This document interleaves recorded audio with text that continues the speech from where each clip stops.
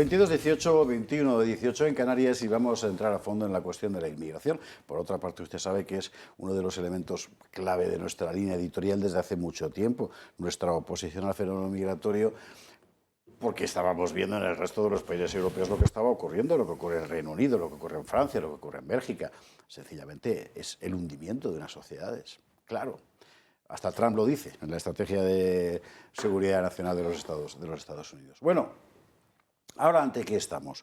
Ahora estamos ante la regularización manu militari, porque, bueno, manu pedrari, de 500.000 de personas que deban a ser más. Y la clave está en que se trata de una regularización realmente sin criterio alguno. Claro. Vamos a ver, Gloria Sacristán nos recuerda un poco el contexto real de la situación y ahora entramos en detalles. El expresidente del Gobierno, Felipe González, duda de si la regularización de 500.000 de inmigrantes se hará de forma correcta. Defiende la medida, pero advierte de problemas europeos serios si no se gestiona adecuadamente. Si sale adelante, dice el expresidente, que será la primera cosa buena que haga este gobierno. Las advertencias de Felipe González cobran mayor relevancia si tenemos en cuenta dos pactos europeos sobre inmigración. Uno de ellos es de 2008 y aún está vigente. En él se pide a los estados a comprometerse a usar solo regularizaciones caso por caso y no de forma generalizada. Con los procesos de gran volumen se exige que cada expediente sea evaluado individualmente.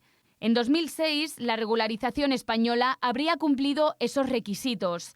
Exigía contrato de trabajo, alta en la seguridad social y ausencia de antecedentes. Unos criterios que Sánchez ha disminuido notablemente.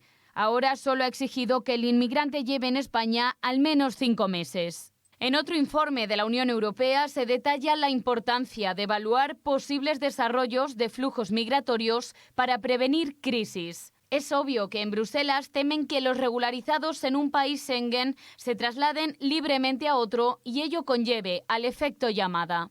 Para el líder del PP, Alberto Núñez Feijóo, la regularización de Pedro Sánchez va contra la política migratoria europea. El gobierno no puede regalar la residencia legal a cualquier persona en nuestro país. Las regularizaciones han de ser individualizadas, caso a caso, y condicionadas, caso a caso, y no una alfombra roja para convertir la ilegalidad en una forma de residir en nuestro país.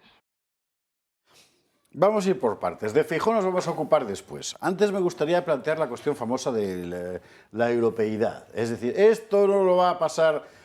Pero si Bruselas le pasa a todo este tío. O sea, ¿de qué estamos hablando? No todo, porque esto evidentemente va a generar un problema para España, pero va a generar un problema para el resto de los países comunitarios. No olvidemos que Europa es un territorio en estos momentos sin fronteras, en donde la circulación de personas está garantizada.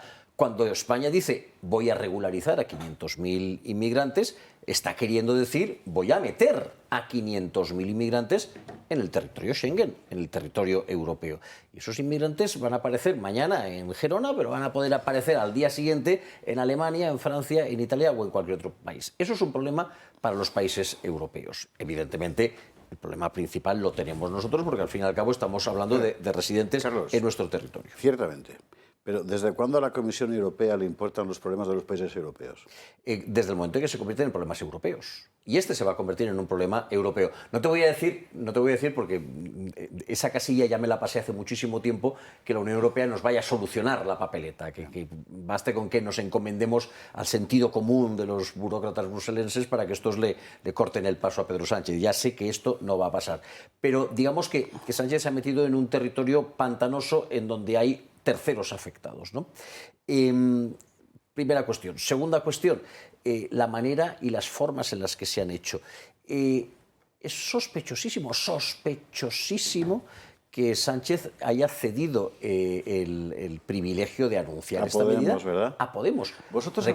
Recordemos que es una decisión gubernamental, es un decreto aprobado por el Consejo de Ministros, donde Podemos no se sienta y que los votos de Podemos no son decisivos en el Parlamento, fundamentalmente porque no va a pasar por el Parlamento. ¿Qué pinta Podemos en esta historia? ¿Qué pinta Podemos en esta historia? Solamente hay una respuesta, y es que en estos momentos Sánchez está intentando cortejar a Podemos después de haber descartado a Sumar. Sumar ya está amortizado, Yolanda Díaz ya está amortizado, y lo que hay que hacer es darle un poquito de alpiste a Podemos para que, en fin, pues tamice un poquito sus críticas y se avenga a ser la muleta que Yolanda ya no le pone, ¿no? Vale. Vosotros habéis recorrido ante el Supremo el... Vamos a hacerlo. Creo que a estas alturas todavía no se ha hecho, pero Claro. vamos Sí, a hacerlo ante la Sala de Contencioso Administrativo del Tribunal Supremo. Por el procedimiento.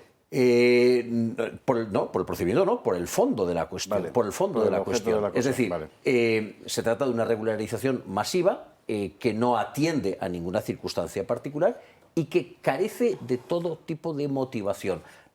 Lo acabáis de mencionar en la pieza que se acaba de emitir. Las anteriores regularizaciones tenían alguna relación, Sí. yo diría que no directa, pero alguna relación con las necesidades laborales. Exacto. Te regularizaban si residías en España y si tenías un trabajo y si ibas con tu contrato de trabajo. Se podría argumentar que tenía una relación con las necesidades del mercado laboral. En este caso no. En este caso no, te van a regularizar tanto si trabajas como si no trabajas. Te van a regularizar incluso si tienes antecedentes penales. No hemos leído todavía el decreto. Pero lo que han dicho son antecedentes pero lo que han penales dicho, relevantes. relevantes, ¿eh? Eso- Es decir, eso bueno, que- si es usted que- un asesino en serie, no. Pero si usted se ganaba la vida levantando carteras en el metro, pues sí, ¿no? Literalmente. Los asesinos no van a ser regularizados. Van a seguir estando en España, pero irregularmente. Los carteristas sí que van a ser regularizados. Me parece completamente espeluznante. Entonces, por una cuestión de procedimiento y por una cuestión de fondo, vamos a recurrir, evidentemente, y vamos a intentar todos los medios a nuestro alcance. Y si no funciona, que sepan que todas las decisiones políticas son reversibles. A nadie se le ocurría en estos momentos pensar o mirar o poner la vista en un sitio tan remoto como Kuwait. Pero Kuwait está en estos momentos revirtiendo las concesiones masivas de nacionalidad de los últimos años. Kuwait había hecho concesiones masivas de nacionalidad para atraer mano de obra y se han encontrado con que tenía sus pequeños grandes problemas. Y Kuwait está revirtiendo no permisos de residencia, no, concesiones de nacionalidad kuwaití de manera masiva. Pues mira, todo lo que sube baja y todo lo que viene vuelve.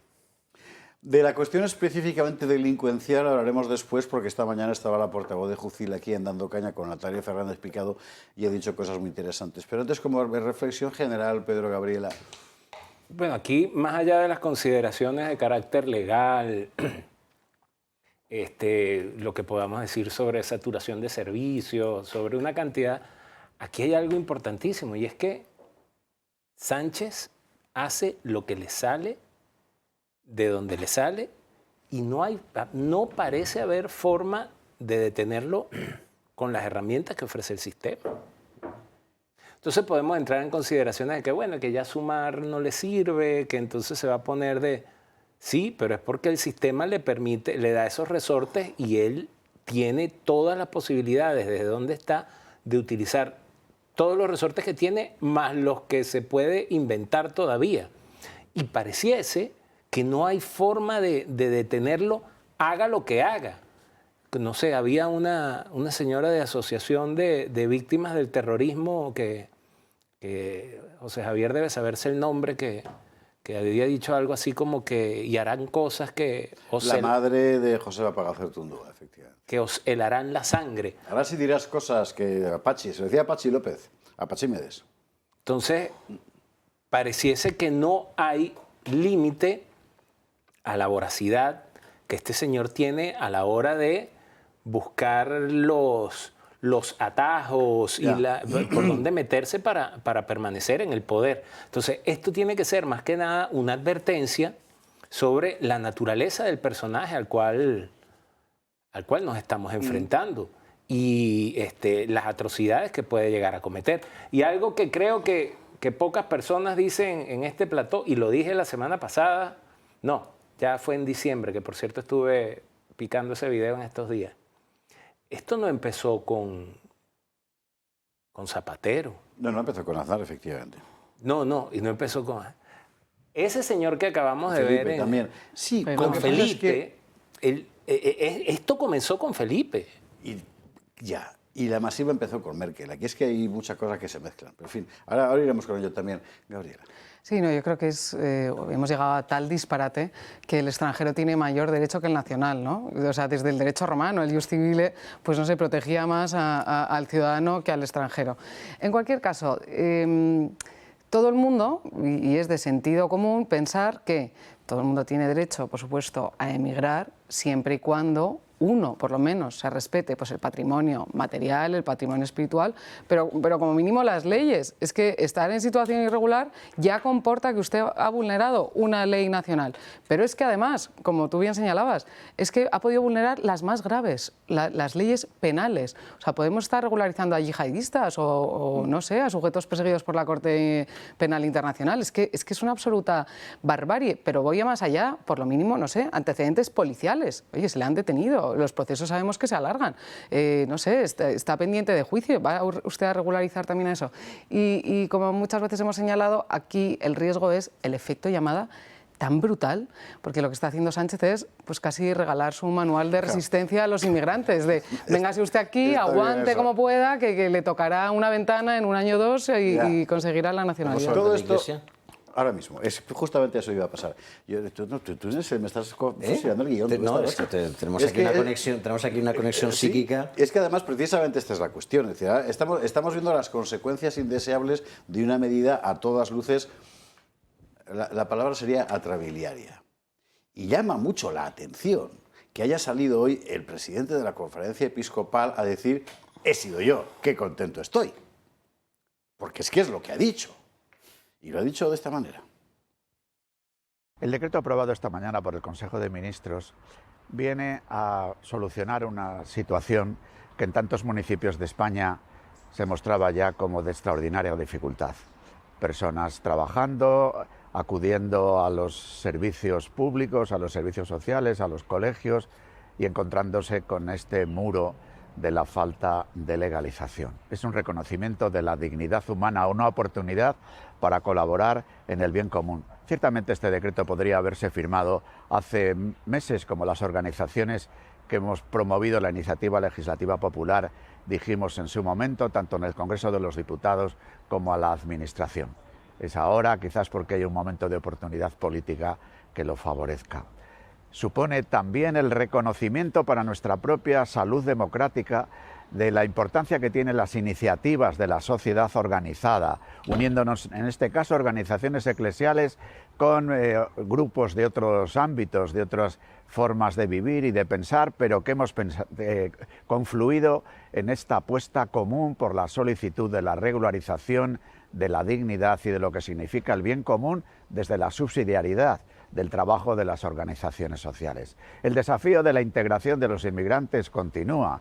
Los retos de integración cultural, la necesidad de regular los flujos migratorios en nuestro Estado también continúa y esto difícilmente se podrá hacer sin un acuerdo de la Unión Europea. Pero hoy alegrémonos porque muchas personas que estaban ya trabajando y no podían ni siquiera cotizar con sus impuestos al bien común puedan desde hoy iniciar un proceso de regularización que quiera Dios que sea posible, de pertenencia plena a nuestra sociedad, a reconocimiento de su dignidad. No era Bolaños, era Monseñor Argüello. Y a mí no me cabe la menor duda de que Monseñor Argüello está convencido de que se está ganando el cielo. Y a lo mejor es verdad, pero por el camino nos va a mandar al infierno a todos, porque nos plantea una situación sencillamente ingobernable. La delincuencial para empezar. Pues parece que no ha leído. En fin, lo que decía esta mañana la portavoz de Jucil aquí en Dando Caña. Vamos a recordarlo. Nos ha contado con expertos, nos ha contado con los policías que tienen que hacerlo. Es decir, se han querido asegurar que nadie va a parar esto. Por eso lo han hecho a escondidas. Y bueno, pues Irene Montero ha salido muy contenta diciendo que claro que todo esto es a cambio de algo, ¿no? Y por eso les han permitido a ellos dar esta noticia. Y bueno, ya veremos con el tiempo a cambio de qué es, pero les veo bastante seguros y la verdad es que nos preocupa bastante porque es que va a ser materialmente imposible realizar estos trámites a 500.000 de personas de forma ágil y express. Rectifico, era Jupol, no era Jucil. Jucil es Justicia Guardia Civil, Jupol es Justicia Policía. Pero bueno, ella añade además el problema efectivamente burocrático, claro, porque además hay un plazo limitado para hacer todas estas regularizaciones. ¿Cuál ha sido el efecto del bien común que dice Monseñor Argüello? Porque seguramente todos lo estamos pensando en miles de personas que conocemos decenas con toda seguridad, ecuatorianos, colombianos, peruanos, que llevan aquí trabajando años y están en situación ilegal. Pero no es en eso lo que está pensando el gobierno seguramente. Y Irene Montero no. Ella rápidamente salió a saludar a Mamadou y Mohamed.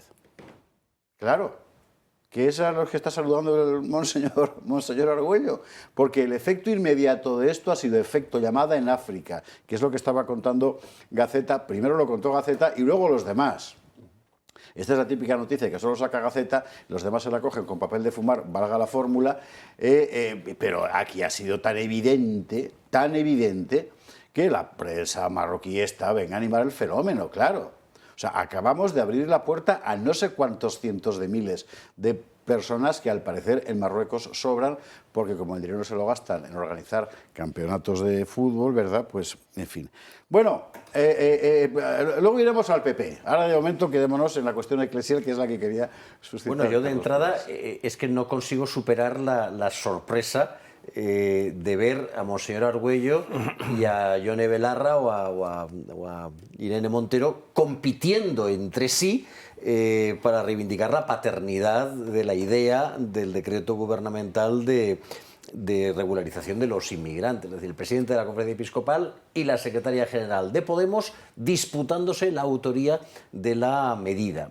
Me parece absolutamente abracadabrante. Dicho esto, hablemos de aspectos mucho más serios de la cuestión. Cuando la Iglesia entra en política, y esta es una decisión política, evidentemente, cuando la Iglesia entra en política, tiene que hacerlo, evidentemente, desde la fe, pero tiene que hacerlo también desde el conocimiento de la realidad política y de la cuestión sobre la cual se está pontificando, y utilizo la palabra en el sentido más coloquial del término. Si solamente lo hacemos desde la fe, corremos el riesgo de bendecir medidas que a la postre acaban generando efectos indeseables que uno desconoce. Porque si solamente nos dejamos guiar por la bondad de ayudar al más desvalido, podemos estar generando efectos absolutamente perversos. Claro. Monseñor Argüello sabe algo de criminología, sabe algo de economía, sabe algo de política de vivienda, sabe algo de política salarial, sabe algo de política social. Creo que no. Si supiese algo de esas materias, pues caería en la cuenta de que quizás la regularización de estas personas provocase un efecto llamada, de que quizás con ese efecto llamada se nos cuelen todavía más criminales de los que ya se nos han colado, y que eso, por lo tanto, incremente la inseguridad ciudadana y cause perjuicios en otras personas tan absolutamente necesitadas de seguridad como esas personas por las cuales se preocupa. Si supiese algo de política de vivienda, sabría que más inmigrantes suponen más demanda supone más precio supone que la vivienda es más inasequible. Si supiese algo de política salarial, sabría que efectivamente esto va a repercutir en una baja de los salarios, porque habrán más opciones de empleo y personas dispuestas a aceptar condiciones salariales o condiciones laborales pues menos exigentes que las de los ciudadanos. Y que todo eso, a la postre, puede acabar generando más perjuicios que beneficios.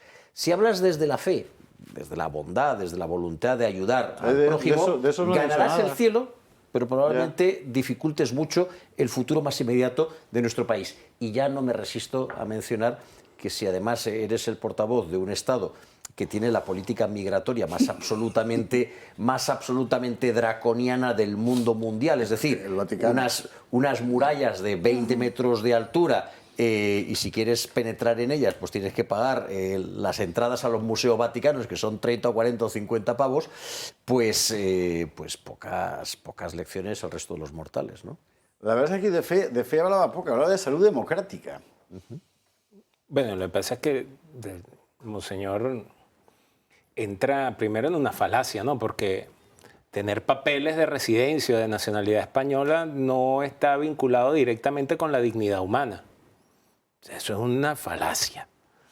Tú puedes obtener mañana los papeles de residencia y seguir durmiendo debajo de un puente o en un piso de una habitación hacinado con 4 o 5 personas más, que será la condición de muchas de esas personas. Después, Paréntesis, hace poco un gran escándalo que salió, creo que recordar que era en Murcia, en el sector agrario, de denuncia de explotación prácticamente esclavista, que era la típica información que saca la izquierda para hacer ver que el agricultor español en realidad es el tío Tom en su cabaña, bueno, el tío Tom no, el negrero. Al final eran efectivamente la mayor parte de los braceros, eran irregulares, gestionados por una red de pakistaníes perfectamente legales. Es que entonces, estamos confundiendo... insisto, la dignidad humana y tener papeles para... Luego el tema de, bueno, que podrán incorporarse... Oiga, monseñor, mire, yo le voy a decir esto, este soy yo. Yo sé que esto va a sonar sumamente disruptivo, pero yo daría lo que fuese para tener un sueldo que me permita no cotizar ni un centavo al Estado español. Para pagarme mi salud, todo, pagármelo yo sin necesidad. Porque amigo es el que ayuda, pero también el que no jode. Entonces, sí, mire, qué bueno que todo funcione, pero yo para que funcione mejor no lo voy a usar, sino que yo me voy a usar las cosas que me pago yo solito. Entonces eso, no sé, hay una cuestión como que la españolidad está directamente asociada con cuánto cotizo. No, ¿qué va? Eso va en otras cosas. Y finalmente, aquí yo tengo una pregunta muy capciosa. ¿Por cuál pelota tendrá el gobierno agarrada a la conferencia episcopal para que sea Aquí como no ha esa? sido eso. En la profanación del Valle sí, pero aquí no. Igual, Aquí no. ¿por dónde los tiene agarrados? Bueno, eso es otra historia. Eso es otra historia, pero de esos melones que suelo abrirte aquí. Yo no puedo decirlo públicamente porque como no me consta y es una cuestión que implica consecuencias penales, pues prefiero no decirla, te lo diré después. Pero aquí no hay ningún chantaje. Esto la conferencia episcopal lleva años promoviéndolo. Y entre otras cosas son ellos los que han entregado Cáritas a Podemos desde hace mucho tiempo, ¿no? O sea, eso va, en fin. Con la Iglesia hemos topado, ¿no? Pero yo quiero distinguir una cosa y es que, o sea, Monseñor Argüello no es la Iglesia. Probablemente no sea ni la conferencia episcopal, siendo su secretario general, ¿no? Y además es que es absolutamente mentira que esa sea la posición de la Iglesia. La Iglesia reconoce, por supuesto, el principio de dignidad y el derecho natural a la inmigración, sometido siempre a límites. Y entre los límites son los que hemos mencionado: el respeto al patrimonio material, el respeto al patrimonio espiritual, someterse a las leyes del país que le acoge y, sobre todo, contribuir a sus cargas. Es que lo dice el Catecismo de la Iglesia.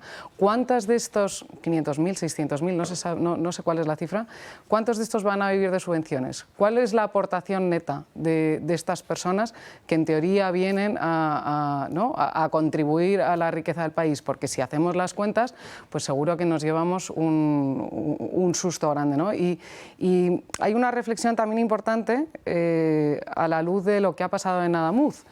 Si metemos a 600.000, 800.000 nuevos inmigrantes en la sanidad pública o en la educación y no hay una inversión que contrarreste la utilización exponencial, el crecimiento exponencial de esos servicios públicos, ¿a cuánto estamos poniendo en riesgo? ¿A cuántos pacientes de cáncer estamos poniendo en riesgo en la sanidad pública? Las carreteras, es decir, todo... Es que no hay dinero para todo. Claro, efectivamente. Es que entonces, ninguna de esas es que ya no cosas estamos hablando... en esas consideraciones o en esos Efectivamente. cálculos. O sea, la conferencia episcopal no ha hecho un estudio, un análisis mínimo de las consecuencias que para el resto de los ciudadanos va a tener esta medida. Y repito, pues cuando te dejas llevar por el buenismo de que vengan todos, que les hacemos un hueco, eso funciona en mi casa cuando tengo un huésped, pero no funciona en casa de todos cuando tenemos 500.000 huéspedes, perdón, en esta atacada. Que ya... Por eso hay tanta gente que se está oponiendo a esta medida, no por crueldad. Legre se llamaba, ¿no? El negrero de la cabaña del tío Tom. Es que no me acuerdo. Sí, vamos a ver. Estamos viendo todos en toda Europa lo que está pasando. O sea, se ha desplomado. Y se ha desplomado por esto, fundamentalmente. Aquí Abascal, desde el principio, lo ha dicho así. Me parece, no sé si lo que tenemos es lo que ha dicho hoy en Aragón o lo que dijo ayer desde su despacho. Lo dio en Aragón. Hoy en Aragón lo ha recordado. Lo digo porque después vamos a ver lo que dice Feijóo. Claro, lo que dice Abascal es esto. Como las tiranías, que acaban gastando mucho más siempre en publicidad propia que en cualquier otra cosa. Y como las tiranías, también estos días, ayer mismo, se anunció una medida que era el inicio de la regularización de 500.000 de personas que han entrado ilegalmente a España, porque las tiranías desprecian a su propio pueblo.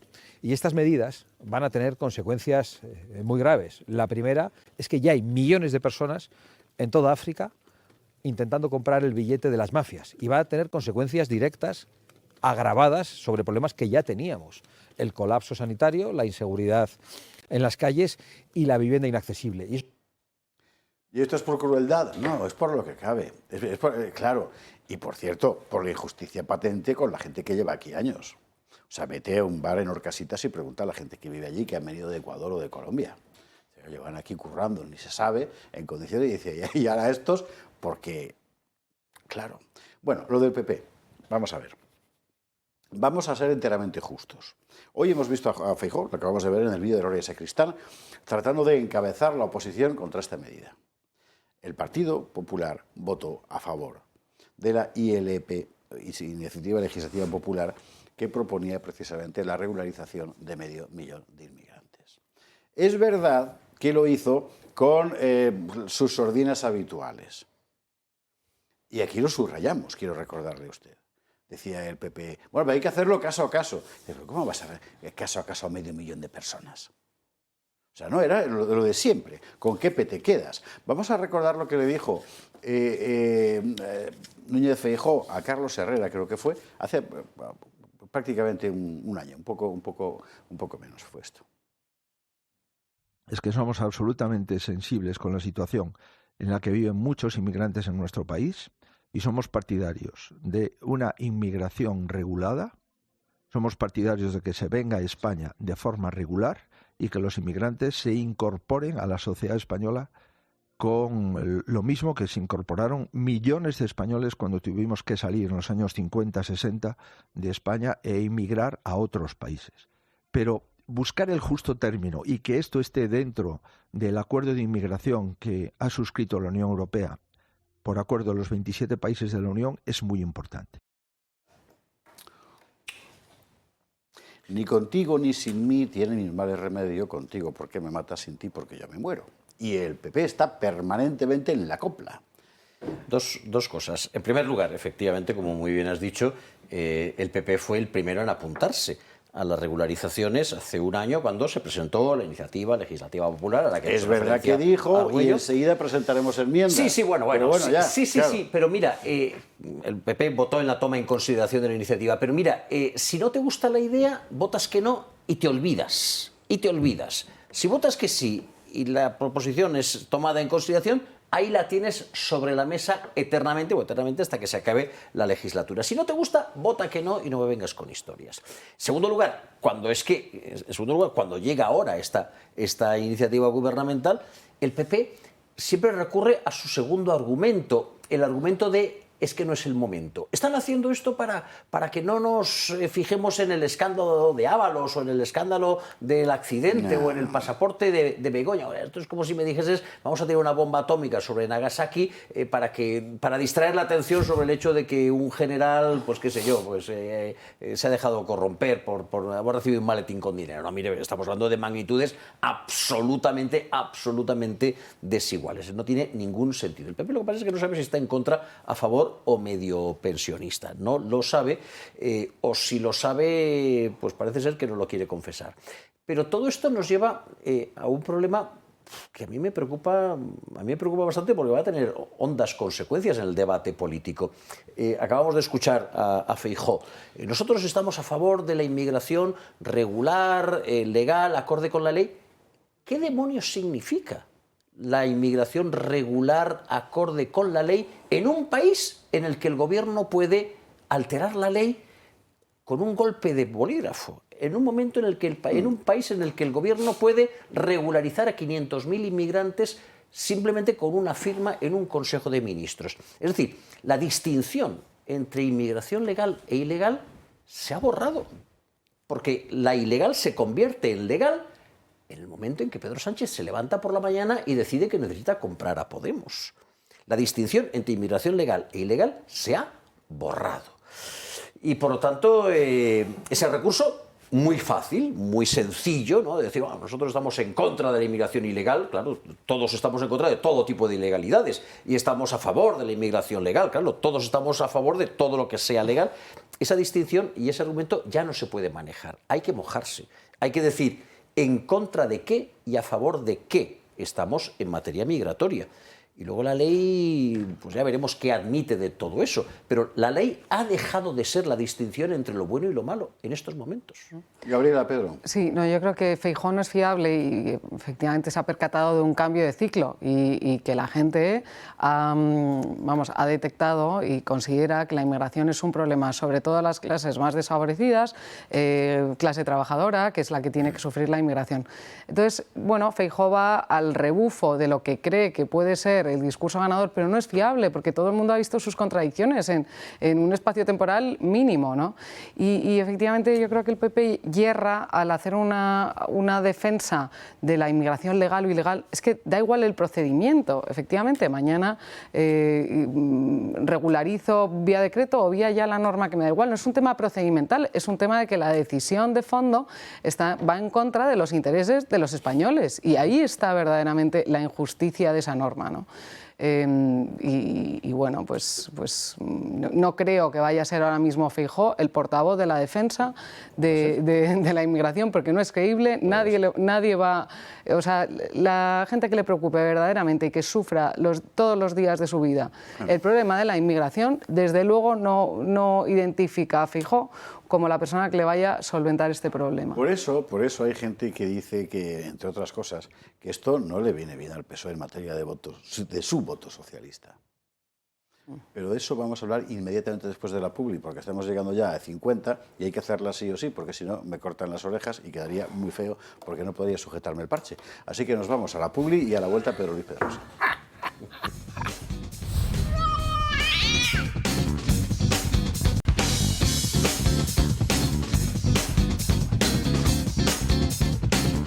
22:55, 22:55 en Canarias. Habíamos dejado la cosa en suspenso con el tema migratorio para cerrar ya la cuestión y pasar a la del narco, que hoy estamos así, y con Pedro Luis Pedrosa. No, que esta medida afecta a los españoles y a los no españoles que tocaron la puerta.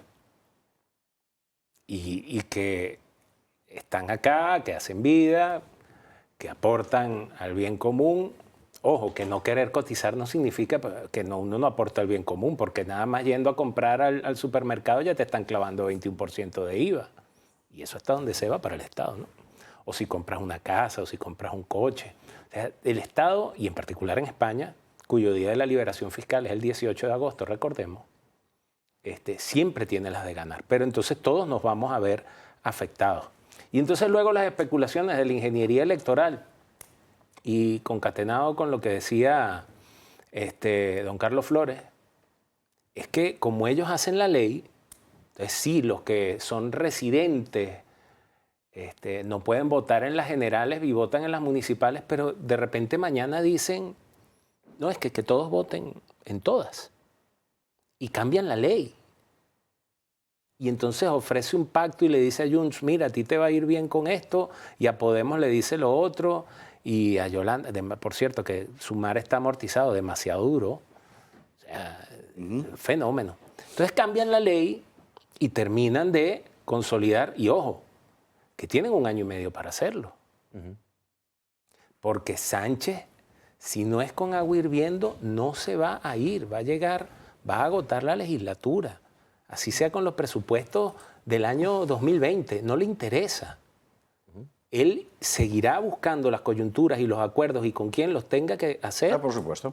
Ante la pusilanimidad de ese PP que nosotros le llamamos, a la gente así en Venezuela le llamamos guabina, ¿no? La guabina es un pez que tú no lo puedes agarrar, que es muy resbaladizo, ¿no? Entonces cuando una persona es así, que entra por un lado y sale, este es muy guabinoso. Bueno, el PP y Feijóo en particular es muy guabinoso. Sí. El PP es un poco pussy, eso sí que tienes razón. A ver, dice, lo que acabas de decir abunda en lo que decía yo hace un momento, es decir, la distinción entre lo legal y lo ilegal se ha borrado en un país, en un régimen político en el que basta la intención del gobierno para cambiar algo tan relevante como la composición del cuerpo político de la nación, o basta un acuerdo puntual o de interés con algún grupo minoritario para cambiar las leyes. Pero fíjate que es que ni siquiera necesitan cambiar la ley. Gracias a la Ley de Memoria Democrática, España está regularizando, como consecuencia de la Ley de Memoria Democrática, nacionalizando a cantidades ingentes de descendientes de supuestos exiliados, porque no se está pidiendo, se está pidiendo prueba de filiación política del antepasado que reclama la nacionalidad española. En estos momentos, según datos oficiales, hay 2.185.000 españoles. Solicitudes, No. 2.185.000 españoles que no han nacido en España. Es decir, que son españoles y que nunca han vivido en España. Una parte de ellos, evidentemente, son descendientes de españoles y la otra parte son nacionalizados como consecuencia de la ley que permite la concesión de nacionalidad a los descendientes de los sefardíes, de la ley que permite la concesión de nacionalidad a los descendientes de los exiliados. Y esos votan desde ya, desde el momento en que tienen su pasaporte y su DNI, votan. Pedro Sánchez, el gobierno de Sánchez, está modificando a su antojo el cuerpo electoral. Sobre esta cuestión, si no puedes ganar unas elecciones convenciendo a los electores, cámbialos. Cambia esos electores por otros electores. Y sobre esta cuestión, es que es un tema que nos preguntan mucho los espectadores y hay muy poca información realmente sobre ello. ¿Estáis llevando a cabo alguna iniciativa concreta en las Cortes sobre este asunto? Bueno, nosotros recurrimos de inconstitucionalidad a la ley de memoria democrática, para empezar. ¿Y tenemos cifras reales, concretas, de nacionalidades concedidas por países? Las tenemos, etcétera, no las tengo presentes, pero sí que las tenemos y son cantidades muy significativas. Entre otras cosas, repito, porque los consulados españoles están presumiendo la condición de exiliado de cualquier español que abandonase el territorio nacional entre 1939 y 1975. No te van a preguntar si tu abuelo se marchó de España porque se hizo una novia en Caracas o porque le perseguía la policía secreta, porque le ofrecieron un trabajo en Santiago de Chile o porque había sido un alto cargo de la República y peligraba su vida. No te lo van a preguntar. Tú acreditas que tienes un antepasado con el cual probablemente ni te hayas cruzado. Y estamos en el año 2025. Estamos hablando de bisabuelos. No ya de padres, no ya de abuelos. Estamos hablando de bisabuelos. Pues sobre este asunto que tiene muy preocupada a mucha gente, vamos a hacer un especial el próximo día que venga, si te parece. ¿Vale? Y entramos a fondo en la cuestión. Bueno, vamos con lo del narco, que es absoluta alarma social, por cualquiera que lo mire, cualquiera que se asome a redes. Después de la tragedia de Barbate, que en buena medida fue arrojar a los guardias contra esos animales, y de esto, por cierto, alguien tendrá que dar responsabilidades, también sus mandos, ¿verdad? Se abrió una investigación. Interior hizo todo lo posible para que no se investigara mucho, o al menos para que no trascendieran los resultados, hasta el punto de que vino una comisión del Parlamento Europeo. De peticiones se llama, ¿no? Esa comisión, si no recuerdo mal. Bueno, Marlaska tenía que ir a dar noticia. Se ha quitado del medio, ha mandado una carta y se ha marchado. Justo en el mismo momento en el que las redes están llenas de vídeos de vecinos del sur, muy fundamentalmente, pero desde Almería hasta Huelva, contando lo que hay. Y es que hace lo que les da la gana. Es alucinante. Y Iago Soler nos lo cuenta. El crimen organizado carcome España y el mal tiempo saca los colores al gobierno. Estos son imágenes del Guadalquivir. Un tiroteo entre narcos y guardias civiles. Los traficantes buscaban refugio por el temporal y se liaron a tiros con miembros de la élite de la Benemérita, que les respondieron con disparos intimidatorios. Esta otra imagen sucedía en un puerto malagueño. Una narcolancha se pasea impune por una dársena sin ningún tipo de seguimiento de las autoridades. Los criminales incluso saludan a los allí presentes. Pero les da igual que haya gente. Esto sucede en la costa almeriense. Y como veis, aquí tenemos las narcolanchas, aquí tenemos a los señores que trafican con la droga y con los seres humanos. Y esto es lo que tenemos día a día en nuestro municipio, en Pulpí. Otros narcos graban tranquilamente un helicóptero de la Guardia Civil, como si se tratase de una atracción turística. Ni Ibiza se salva de la parte criminal, esta vez con más glamour en las embarcaciones. Este barco vale 200.000 euros, más por lo menos. A plena luz del día y en todos los lugares. Pese a los discursos de Marlaska, el crimen organizado ya se ha normalizado en España. La Costa del Sol,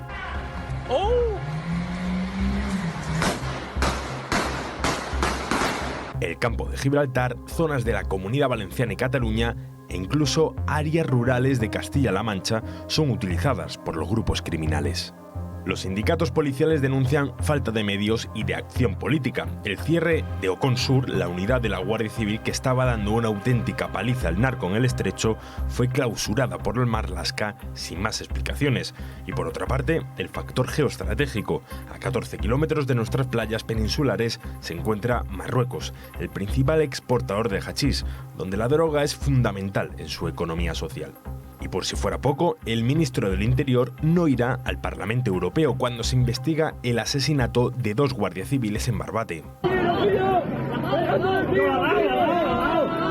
El informe que plantea el Europarlamento es demoledor, ya que acusa a Marlaska de haber obstruido en las labores cuando los eurodiputados fueron a Cádiz, por ejemplo, al ocultar la narcolancha donde fallecieron los agentes.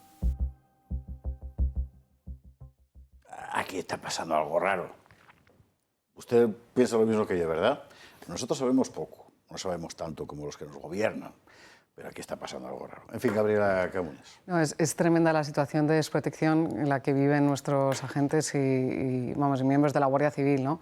Yo creo que iban a hacer una reclamación, además, sobre si la Guardia Civil debe considerarse como profesión de riesgo. Sí, porque el gobierno se niega sistemáticamente a darles el... Que son la Policía Municipal, la Alchaina, los Mossos. Incluso he leído que algún artista tipo bailador de flamenco, por la especial onerosidad de su profesión, que yo ahí no me meto, tiene la condición de profesión de riesgo y sigue nuestra Guardia Civil y nuestros militares sin tener esa protección. Por lo tanto, necesitan protección de medios materiales y medios jurídicos también para dignificar su profesión, y es una absoluta injusticia que se la reclamarán en el futuro a nuestro ministro Marlaska, porque esto clama al cielo, la situación de nuestra Guardia Civil, de nuestras fuerzas y cuerpos de seguridad del Estado. Carlos. Bueno, quien va a ir al Parlamento Europeo mañana mismo es nuestro portavoz en seguridad, Samuel Vázquez, que va a apoyar esta investigación que se está llevando a cabo respecto de los crímenes de Barbate, y va a intentar dejar, en fin, el pabellón nacional un poco más alto de lo que lo ha dejado Marlaska con su espantada, que por cierto, no lo hemos mencionado porque estamos focalizados en lo que estamos focalizados, pero la espantada de la semana no es o no va a ser la de Marlaska en el Parlamento Europeo. La espantada de la semana fue ayer la de Óscar Puente en el Congreso de los Diputados, porque se reunió el Congreso en sesión extraordinaria para convalidar un decreto ley sobre ayudas al transporte. Tú me dirás, en estos momentos lo más importante son los bonos al transporte, los descuentos para coger el metro, etcétera, etcétera. Pues sí, al parecer sí. Y adivina quién presentó la iniciativa, repito, el decreto ley del Gobierno para prorrogar las ayudas al transporte. María Jesús Montero. ¿Quién? Caliente. Bolaños, que como es absolutamente inífugo y como disfruta de estas situaciones, pues debió de ser el único al que pillaron. La verdad es que se le veía manifiestamente incómodo, como diciendo, ¿y por qué tendría que comerme yo este marrón que no es mío? Pero Óscar Puente no hizo acto de presencia. Repito, una semana después de la tragedia de Adamuz, y hablando de un asunto de su departamento. La estampida de la semana no ha sido la de Marlaska, que ya es gorda, ha sido la de Óscar Puente. De Adamuz, por cierto, hablamos de inmediato. Y de Adamuz y de la policía, hemos sabido que los policías que estaban cubriendo un partido de fútbol, Córdoba-Málaga creo que era, y que estaban allí, cuando se enteraron del accidente, se marcharon a echar una mano y se les dio orden de volver. Modus operandi que ya conocemos en el Ministerio del Interior. Yo creo que voy a tener que escribir otro libro de Así se exportó la revolución, porque aquí hay un patrón. Recordemos que, o siempre será interesante señalar, que parte de lo que mantiene, más allá del petróleo, el régimen, la tiranía venezolana, y que finalmente fue el pretexto utilizado para hacer lo que Trump hizo, es el narcotráfico. Entonces, pareciese que es un esquema de funcionamiento político. Es decir, para mantenernos necesitamos asociarnos con este tipo de organizaciones criminales y facilitarle las cosas para de una u otra forma percibir también una tajada por este negocio que, bueno, que por supuesto tiene su impacto en su economía, en la economía del país, pero que sobre todo puede significar un impacto para efectos de financiación del partido, pago de mordidas y ese tipo de cosas. Entonces, sería interesante meterse un poquito más allá y ver no solo lo de Barbate. Recuerdo que antes de lo de Barbate comentábamos que una unidad especializada que funcionaba en la zona había sido desmantelada precisamente. Lo Consul, como contaba aquí Iago Soler, efectivamente. Fue desmantelada por Marlaska. Entonces, ¿será Marlaska por iniciativa propia o será que, mira, tenemos que hacer esto porque esto es parte de nuestro esquema de funcionamiento? Aquí algo está pasando, algo que no es normal. Así que seguramente habrá que ir al fondo de la cuestión en algún momento, como en tantas otras cosas en España. Les repito, lo del reseteo, aquí también, porque esto no es, oiga. En fin, vamos a hacer una pausa para la publicidad, si os parece, y nos vamos a hablar de la cuestión de Adamuz. Lo que hay, tanto en la previa del funeral, que será mañana, finalmente va a ir María Jesús Montero y Luis Plana, si no me equivoco, representando al gobierno, como de lo nuevo que sabemos, que ya está todo. Mire, lo último, vamos a ver, les voy a contar. Adif descubrió 123.732 traviesas defectuosas, justo como esa que saltó en Adamuz. Es que, en fin, bueno, publicamos.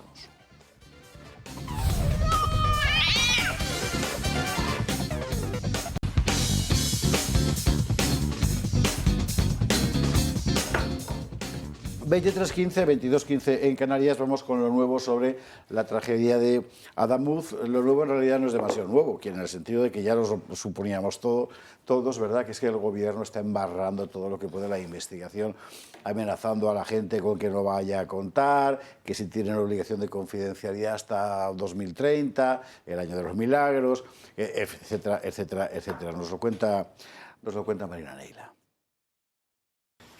La normativa de Adif desmiente las palabras de Óscar Puente, que trató de ignorantes a quienes cuestionaron que si la renovación de la vía del accidente de Adamuz fue completa, todos los carriles tenían que haberse cambiado. Renovación integral lo que quiere decir es que esa vía se renueva de punta a punta, no en todos sus elementos. Según el texto, una renovación integral implica el cambio de todos los carriles y no como dijo el ministro de Transportes. Y siguiendo con las contradicciones, la línea afectada que conecta Madrid con Sevilla no estará operativa el día 2 de febrero, sino el 7. Con un tuit, Puente anuncia que en aproximadamente 10 días se habrá reparado por completo la vía rota y se recuperará totalmente el servicio de la línea. Lo que no cuenta el ministro de Transportes es que hay miedo en Adif. Nadie quiere hacerse responsable de esta obra de emergencia. Nadie quiere firmar el inicio del expediente de tramitación de urgencia. No se quieren comprometer porque no saben qué puede haber y qué se van a encontrar cuando hay tantas incertidumbres en el caso. Fuentes del sector aseguran que lo que habría que hacer sería una enmienda, una obra de reposición del servicio y una revisión integral de toda la línea y de todos los elementos. A la tensión interna dentro de Adif se suma que se ha restringido el acceso total a la documentación sobre el caso. No hay nada. Hablan de una medida cautelar para evitar filtraciones. Mientras se abre una nueva vía de investigación del siniestro. Han encontrado una mancha sospechosa en la soldadura, que se estudia como la principal causa, que podría determinar si ésta se hizo correctamente, cuando unieron un carril de 1989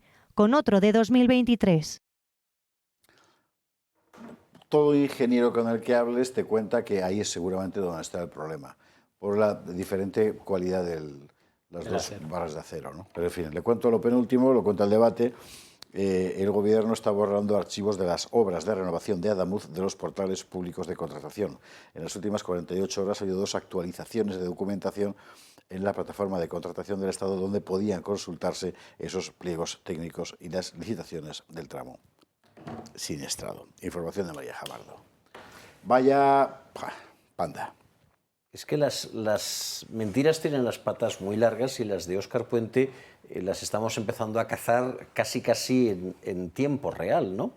Las mentiras, los bulos y las ambigüedades. Puente empezó diciendo que la investigación duraría meses y que no tendríamos una respuesta hasta dentro de mucho tiempo. Bueno, pues parece que las evidencias son tan concluyentes que ya tenemos hipótesis más que consolidadas respecto de las causas del accidente. Puente dijo que la vía había sido renovada íntegramente y ahora resulta que utilizó la palabra íntegro o íntegra en un sentido distinto del que el resto de los españoles, el diccionario y todos los técnicos le damos a esa palabra, que quiere decir de cabo a rabo, de punta a punta, de arriba a abajo. Puente dijo que había que dejar trabajar a los expertos y que había que escuchar a los científicos, pero es el primero que se lanza a desmentir lo que dicen los investigadores, como si él, por su condición de ministro o de exalcalde de Valladolid, pues supiese más sobre metalurgia que los expertos de Adif que están al mando de esta investigación. Puente dijo que iba a haber transparencia total y manda callar a unos. Acabo de escuchar la noticia, que no la conocía, hace desaparecer documentos de las plataformas digitales y retiene información. Puente dijo que sería absolutamente transparente ante la opinión pública y sí, va a dar explicaciones a Televisión Española, pero no acude al Congreso de los Diputados, lo va a hacer la semana que viene y ya veremos qué es lo que se inventa de la Comisión de Transportes del Congreso. Las mentiras de Puente están empezando a ser numerosas y están empezando a tener unas patas cada vez más cortas. Yo creo que a estas alturas las patas que tienen sus mentiras son tan cortas como el futuro de su carrera política. Pero es que está dando por sentado... A ver, esta gente no se va, don Carlos. No se va. No se va a ir voluntariamente. Se va a ir cuando Pedro Sánchez le diga: querido Óscar, lo lamento mucho, no es nada personal, es solo negocios, pero te tienes que marchar. Pero eso no es suficiente. No te preocupes, aún, que porque... te haremos alcalde de Valladolid en el 27 o en el 37 o en el 47, pero necesito un cortafuegos. Es que aquí lo sorprendente no es que este señor no haya dimitido, aquí lo sorprendente es que no esté preso. Porque es que, sí, responsabilidad política, pero hasta tanto no haya también responsabilidad penal por este tipo de cosas, pues entonces van a seguir haciendo lo que les da la gana. O sea, mire, aquí el problema no es que Óscar Puente no sepa de metalurgia, que también, o sea, los que hemos estado en barco sabemos que si le tienes que poner un parche al casco, sabes que vas a tener una mancha de óxido ahí todo el tiempo y que va a estar hasta que renueven la plancha completa porque los metales son distintos. Pero el problema no es que no sabe de metalurgia. El problema es que Óscar Puente y cualquier otro personaje del gobierno que hemos nombrado la noche de hoy, Yolanda Díaz, Ione Belarra y tal, los sientas en esta mesa y le das un puzzle a cada uno y le das un puzzle a un chimpancé y el chimpancé termina de armar el puzzle antes que ellos. O sea, ¿cómo España ha llegado a poner a gente tan infame, o sea, ha permitido que gente tan infame llegue a los más altos cargos directivos de la nación? Y como ellos se saben tan inútiles y además ruines, saben que no tienen otra opción que permanecer amarrados ahí hasta que los echen con agua hirviendo. Es que no hay otra forma. Sí, a mí lo que me llama la atención es que ya no solo hay que revisar entonces los tramos que están anticuados, o sea, que no han sido renovados, sino los tramos renovados en los que el resto de materiales pues, no ha encajado, no ha sido... Es decir, hay que cerrar el tráfico ferroviario. O sea, es verdaderamente una situación preocupante. Yo creo que si por Adif fuera, o por Óscar Puente o por el Ministerio, nunca sabríamos la verdad porque efectivamente enmarrarían. Como tampoco hemos sabido qué ha pasado con el apagón, se ha quedado ahí, no hay una explicación clara. Pero hay una esperanza en la configuración de esta situación, que son las aseguradoras de los trenes. Las aseguradoras de Lirio, que serán empresas internacionales. No creo que dejen la cosa sin investigar hasta el último detalle, porque estamos hablando de indemnizaciones millonarias y creo que van a querer dilucidar aquí qué ha pasado, aunque ha hablado Óscar Puente, ¿no? 200.000 euros para cada víctima, sinceramente. no sé, no han querido ir al funeral, pues 200.000 euros y que encima lo anuncie Óscar Puente como si fuera un regalo, me parece otro ataque absolutamente denigrante a las víctimas. Totalmente. Y no nos olvidemos, no nos olvidemos de quién era y dónde está la hasta hace poquísimo presidenta de ADIF. Claro, claro. Bueno, mañana hay funeral. Finalmente, sabe usted que el gobierno había intentado montar una especie de acto fúnebre masónico de esos que le gustan a él. La gente no lo ha tragado porque ya conocemos lo que hay. Y la previa, ¿qué sabemos? Bueno, pues lo que nos cuenta Marina Neila. Será en Huelva, en el Palacio de los Deportes de Carolina Marín, a las 6 de la tarde. Será una ceremonia organizada por el Obispado y es un acto abierto al público. De hecho, se prevé un dispositivo especial de movilidad con transporte público para facilitar la asistencia y evitar tráfico en la zona. Y será así, como pedían muchos de los familiares, una ceremonia religiosa para despedir a las 45 víctimas de este fatal accidente. Por cierto, el funeral laico previsto para el día 31 sigue pospuesto. El gobierno dijo que se posponía porque los familiares no podían llegar, pero lo cierto es que muchos de ellos, además de no querer que fuera un funeral laico, argumentaron que no iban a asistir de todas maneras porque no querían compartir espacio con los que consideraban responsables del accidente. El malestar fue tremendo. Los reyes Felipe VI y Leticia han sido los primeros en confirmar su asistencia, además de muchos representantes institucionales. La ministra María Jesús Montero irá en representación del Gobierno central junto con los ministros Ángel Víctor Torres y Luis Planas. Eso sí, no se prevé que pase por allí el ministro de Transportes, Óscar Puente. Yo la verdad es que me pregunto, ¿para qué tienen que ir? María Jesús Montero, como el otro día pegándose codazos porque está de campaña en Andalucía. Es que es tan siniestro todo. Pues yo tengo una respuesta a esa pregunta. ¿Recuerdas el funeral de la Dana? Sí. ¿Recuerdas las semanas anteriores al funeral de la Dana en Valencia? ¿Recuerdas la presión brutal a la que estuvo sometido Carlos Mazón por parte de las asociaciones que venían a decir, tiene usted que venir? Perdón, que venían a decir, no queremos tenerlo aquí. Pero venga usted, no queremos saludarle, pero venga usted para que le podamos insultar. El funeral de la Dana fue una auténtica encerrona, sí. Tan eficaz que Mazón acabó dimitiendo al cabo de la semana de la celebración de ese funeral. Óscar Puente evidentemente ha aprendido la lección y por lo tanto no se acercará ni a ese ni a ningún otro funeral ni a 1000 kilómetros de distancia. No quiere sufrir lo que Carlos Mazón tuvo que sufrir en el funeral de la Dana, con la gran diferencia de que la responsabilidad del ministro de Transportes en un accidente ferroviario es infinitamente mayor que la responsabilidad del presidente de la Generalitat en unas lluvias torrenciales. Vamos, es que no hay más que enunciar los términos para acabar de entenderlo. El funeral de la Dana fue un encierro, una encerrona a Carlos Mazón, y Óscar Puente ha aprendido la lección. Y fíjate, ha aprendido la lección incluso a pesar de que lo que los familiares dicen en el caso de Huelva es exactamente lo contrario de lo que decían en el caso de Valencia. No lo queremos tener a tiro, no necesitamos ni siquiera gritarle, no queremos ni verle. Gabriela, Pedro. Sí, la verdad que es verdaderamente esperanzador, ¿no?, que los familiares de las víctimas hayan reclamado un funeral religioso. No porque sea cultura española, que también, porque nosotros tenemos una herencia cultural como país cristiano y católico, ¿no?, sino porque también es trascendental y en la vida de las personas, cuando viven momentos duros o momentos importantes como el nacimiento, pues la espiritualidad religiosa es quien los anima. Yo no creo que Sánchez y Puente no vayan a la iglesia porque tengan miedo reverencial a los religiosos, sino que tienen miedo de mirar a la cara a esos familiares, que ellos mismos ya intuyen que esto no es un accidente, que esto se podría haber evitado, y lo han dicho claramente, ¿no?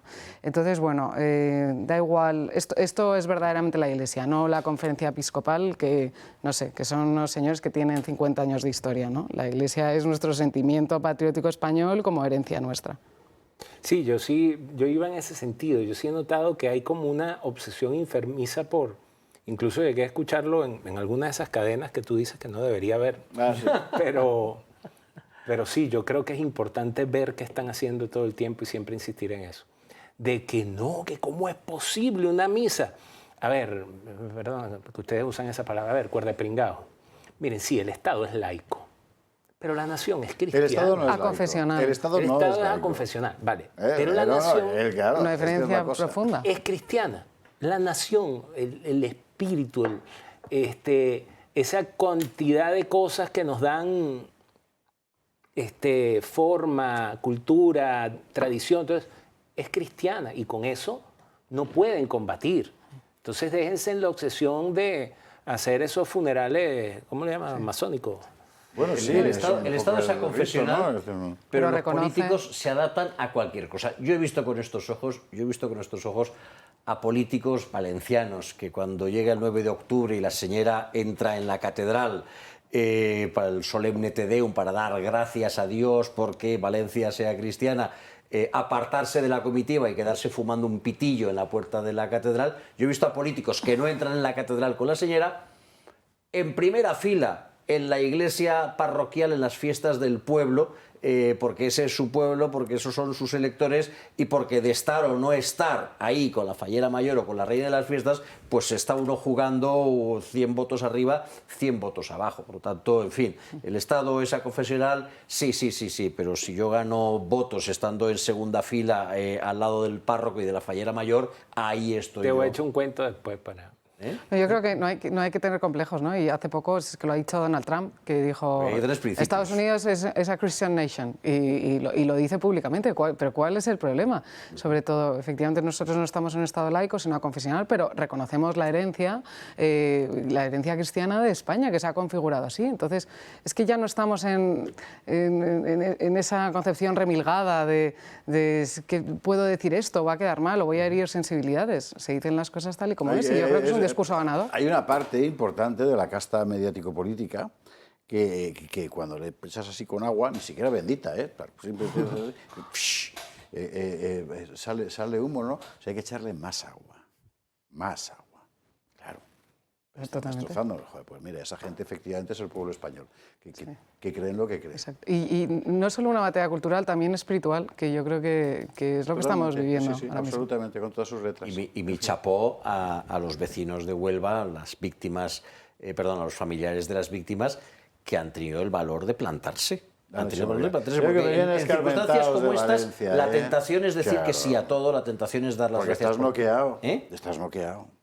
Estás noqueado, hacen contigo lo que quieras. Pues eso digo, la tendencia es a decir que sí a todo, y esta gente, bueno, yo recuerdo haber visto en televisión una señora diciendo con toda la sencillez, pero al mismo tiempo con toda la rotundidad del mundo, es que no puede ser, es que en Huelva somos cristianos y somos marianos, y un funeral laico aquí en esto que es la tierra de María, pues no tiene ningún sentido, y la señora se quedó más ancha que un 8 y con toda la razón del mundo. Pues ¿no? Esa señora es España y la Iglesia. Sí, efectivamente. Más que Argüello, y Argüello lo sabe, porque esto lo ha dicho él varias veces. Bueno, último tema antes de meternos en el debate que yo quería tener, que nos va a dar tiempo, mire usted qué bien, sobre la cuestión del gasto público, que es un debate absolutamente fundamental. Ahora estamos con la cosa de la revalorización de las pensiones. ¿Podemos permitirnosla?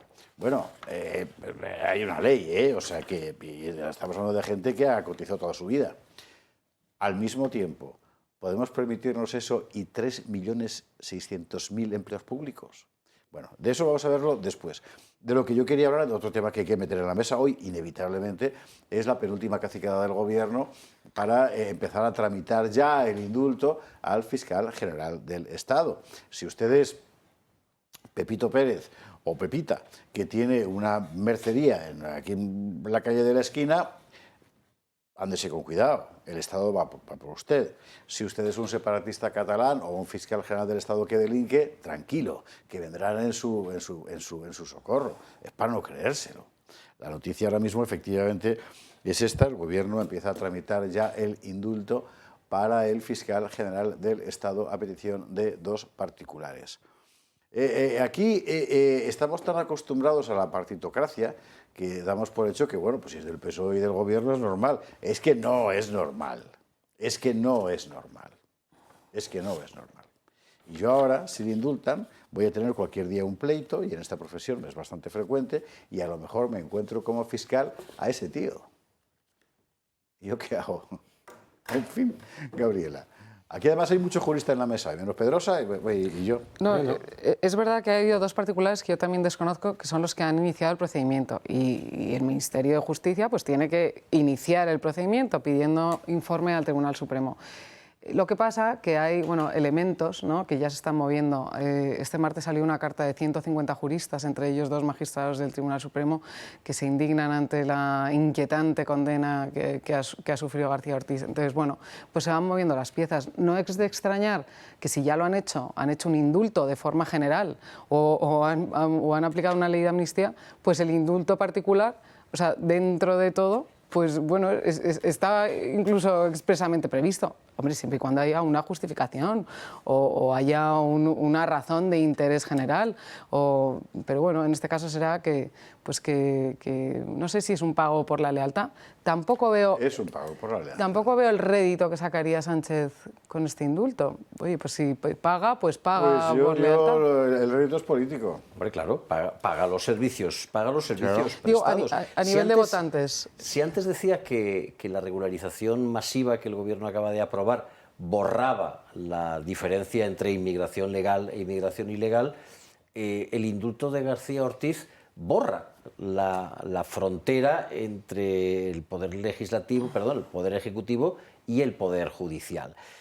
Sí, o sea, de siempre hemos sabido que el ejecutivo se reservaba esa capacidad última de remediar la acción incorrecta, excesivamente grave de la justicia a través del indulto. Siempre ese botón nuclear había quedado en manos primero del rey y después del gobierno. Pero nunca se había ejercido esa potestad de una manera tan arbitraria, de una manera tan claramente partidista, tan claramente ordenada a satisfacer o a beneficiar los intereses políticos del gobierno. Hubo un tiempo en el que se indultaba a maleantes por el Viernes Santo, por el Domingo de Resurrección, y le tocaba pues a un carterista o le tocaba a un falsificador de moneda, que estaban agradecidísimos de que les hubiesen dado el indulto y que probablemente procurarían no volver a delinquir nunca más. Pero no es así. Y si hacemos un seguimiento, descubriremos que se indulta a los responsables del procés, se indulta a los malversadores. Malversadores también de dinero público. Malversadores del procés, se indulta a los responsables de la Cale Borroca en Cataluña, se indulta a los ERE. A los responsables de los ERE. A los responsables de los ERE. Se indulta en tiempos de Rajoy, nada más empezar, a 2 de Unión Democrática de Cataluña que andaban metidos en un lío de financiación ilegal. Sí, pero repito, yo creo que nunca hemos visto un patrón tan claro de utilización del indulto con finalidad política. Tan claro de utilización del indulto con finalidad política. Y este ya es el último ejemplo de todo eso. El mensaje que se está lanzando a la opinión pública es: el poder es impune. El poder es impune. El momento en que prestes un servicio al gobierno, en el momento en que tus votos sean necesarios, en el momento en que el apoyo de tu partido sea fundamental para la estabilidad gubernamental, vas a disponer de la impunidad. Los crímenes que hayas cometido se te van a perdonar. El gobierno utiliza el indulto para prorrogar su presencia en el poder, para prorrogar su presencia en el gobierno. Y eso hace particularmente insultante el indulto de García Ortiz. Es la disolución de la diferenciación entre los poderes, entre el poder judicial y el poder ejecutivo, y la puesta al servicio del poder ejecutivo del derecho penal. Yo he escuchado varias cosas en esta misma mesa. Recuerdo escuchar a don Alejo Vidal Cuadra decir, ahí donde usted está sentado, si aprueban el indulto, será un golpe de Estado y será la finalización del régimen del 78. Entonces ahora, en la noche de hoy, esto borra la línea entre lo legal y lo ilegal. Ya va, es que están tragando mucho. O sea, este cuento yo me lo sé, porque ir tolerando. Perdón, Alejo tenía razón. El indulto a los líderes del procés es la finalización del Estado de Derecho y de la Constitución del 78. Esto viene a más. Alejo Entonces, tenía toda la razón del mundo. Sin ir más lejos, ¿cuándo y cómo decimos hasta aquí? Decimos quién es. Ya hemos dicho. Todos ya hemos dicho. Ya hemos dicho hasta aquí. De todo esto vamos a hablar justo. Pero yo me refiero a esto una forma parte acción. del reseteo. Pedro, lo vamos a ver en el siguiente tema. Yo quiero estar en ese programa, el del reseteo. No, bueno, sí, ya veremos. De momento el tema próximo después de la publi va a ser reseteo. A propósito del gasto público, que ya hemos dicho basta ya. El problema es muy hondo porque no es una cosa que puedas cambiar. No nos queda que lo vamos a decir después de las... ¿Por qué me provocas? Después de la publi es cuando vamos a ir con ese asunto. Cerramos tema fiscal, querida Gabriela, y nos vamos a la publicidad. Perfecto. Pues venga, a la publi. Y vamos a hablar...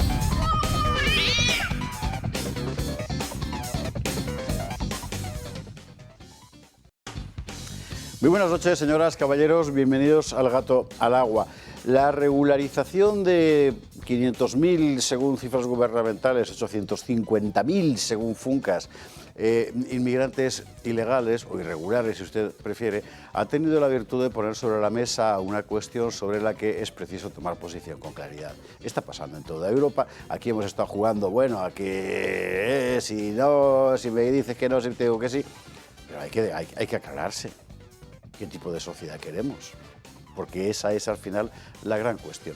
Hoy la conferencia episcopal, por boca de Monseñor Argüello, ha salido abiertamente a los medios diciendo, hemos sido nosotros.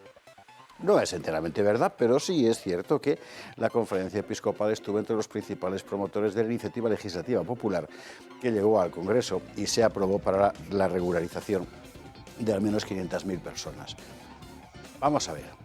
Todos podemos entender, y es una cuestión de justicia, que gente a la que se ha dejado entrar y estar aquí 3 años, 4 años, que ha estado trabajando, ganándose la vida de extranjis, etcétera, se reconozca su situación. Es una cuestión de justicia. No es lo deseable, pero es una cuestión de justicia. Eso creo que lo podemos entender todos. Lo que es muy difícil entender es que uno abra la puerta y diga, los que han llegado aquí desde los 5 meses últimos para atrás, todos sean delincuentes o sean lo que sea. ¿Por qué? Porque lo digo yo. Eso evidentemente no es. Claro, ¿eso en nombre de qué? Mire, aquí hay una cuestión importante que aclarar desde el principio y es la siguiente.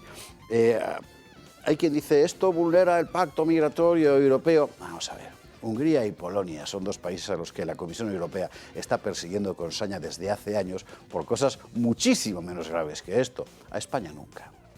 El penúltimo director de Frontex es un señor que dimitió y se fue al partido de Marine Le Pen porque descubrió que era la propia Comisión Europea la que estaba dejando que aquí entrara todo el mundo. A Pedro Sánchez no le van a reñir por esto en Europa. Al contrario, tampoco la COE, me da la impresión, que está encantada de la vida con traer más gente para seguir bajando salarios, como ha pasado en toda Europa al mismo tiempo.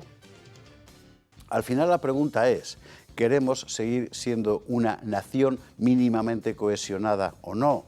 Monseñor Argüello, hoy dentro de sus declaraciones, decía que, bueno, que esto es un acto de caridad, ¿verdad?, de 500.000 personas. Y alguien en redes sociales comentaba, bueno, y dentro de 2 años seguirá habiendo 500.000 vulnerables y también habrá que legalizarlos. Y 2 años después también y habrá que legalizarlos. Y entonces, ¿qué?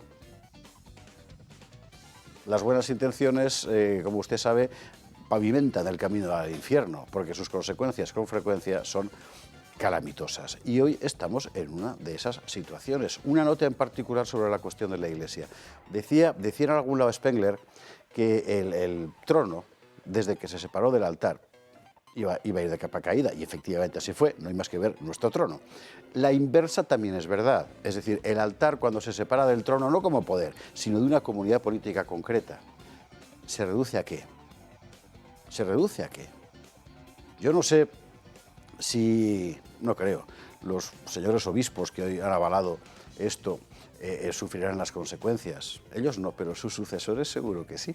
Y de momento lo vamos a empezar a sufrir todos los demás españoles en un país enteramente colapsado donde es que no cabe nadie más. En fin, desde luego, monseñores, uno trata de mantener la afición, pero qué difícil nos lo ponéis, qué difícil nos lo ponéis.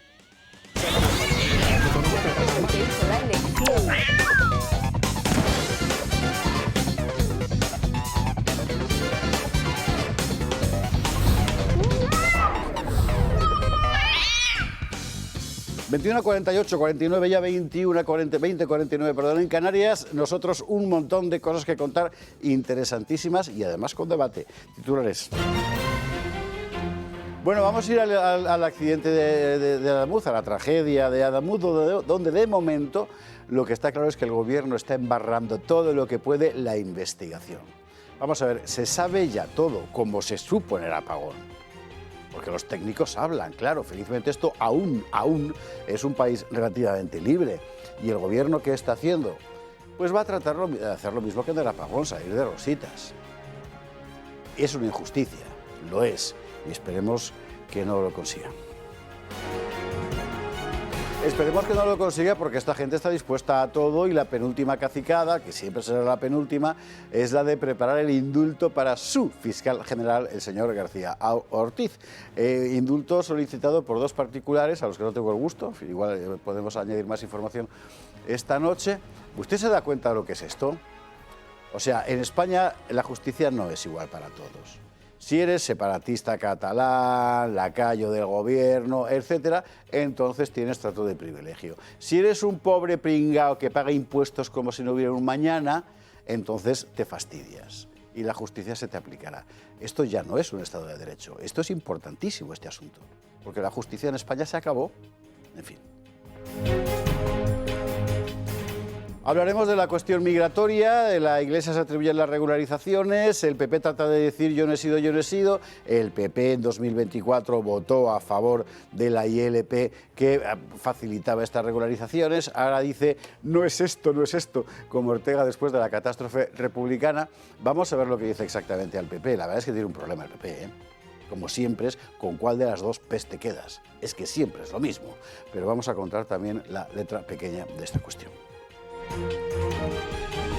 Un tema que no queremos que pase desapercibido porque es auténtica alarma social, particularmente en las regiones que lo viven cotidianamente, es el del narco. Lo del narco en España es para no creérselo. Lo último es narcos en el Guadalquivir disparando a la policía entre grandes risotadas. O sea, ¿de verdad? Marlaska tenía que haber ido al Parlamento Europeo a dar explicaciones por la comisión de investigación que vino aquí a lo de Barbate. ¿Qué ha hecho Marlaska? Darse a la fuga, porque es muy valiente. Ha mandado una carta. En fin, ¿qué está pasando ahí de verdad? ¿Qué está pasando ahí de verdad? Vamos a ver si nos acercamos al problema. Y las buenas noticias, porque hay que darlas siempre. Ayer lo dábamos de alcance, hoy lo desarrollaremos, el enorme logro del doctor Barbacid contra el cáncer de páncreas. Es impresionante. Es uno de los cánceres más terroríficos que hay, más letales. Bueno, y de momento ha conseguido curarlo en animales. Es que es una enorme noticia. Es una enorme noticia que ha conseguido Barbacid con ayuda de la Fundación CRIS, mientras al mismo tiempo el Centro Nacional de Investigaciones Oncológicas sigue tratando de limpiar toda la porquería que han dejado ahí las brujas de Eastwick, que estuvieron dirigiendo eso porque el PSOE las metió. Que se han pulido hasta el dinero para luchar contra el cáncer, estos canallas. Bueno, daremos la buena noticia, sobre todo, enhorabuena a Barbacid, que es un hombre cuyo talento, en fin, no solo nadie discute, sino que toda España debe conocer.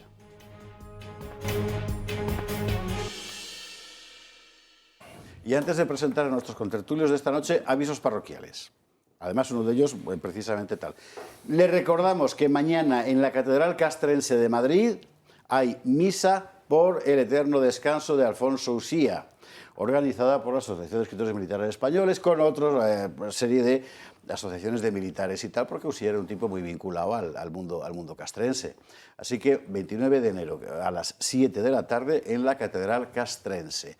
¿Por qué lo contamos nosotros? Bueno, no lo puedo decir todo, pero fundamentalmente porque no querían que se difundiera. Los que la organizan, no, otros. Así que nosotros lo anunciamos. Otro sí digo, el día siguiente, viernes 30 de enero, mi Menda Lerenda está en Gijón con todos ustedes que se quieran acercar por allí. ¿De qué vamos a hablar? Del Jinete de Luz, mi libro sobre la batalla de Clavijo, novela histórica que cierra la tetralogía del origen del Reino de Asturias y que es una historia maravillosa. Es que es una historia impresionante.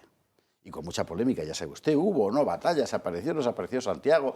Bueno, pues hablaremos de eso, de la Reconquista, etcétera, este viernes en el Salón de Actos de la Escuela de Comercio, en la parte que es el de la planta baja, si no me equivoco, organizado por el Ateneo Jovellanos.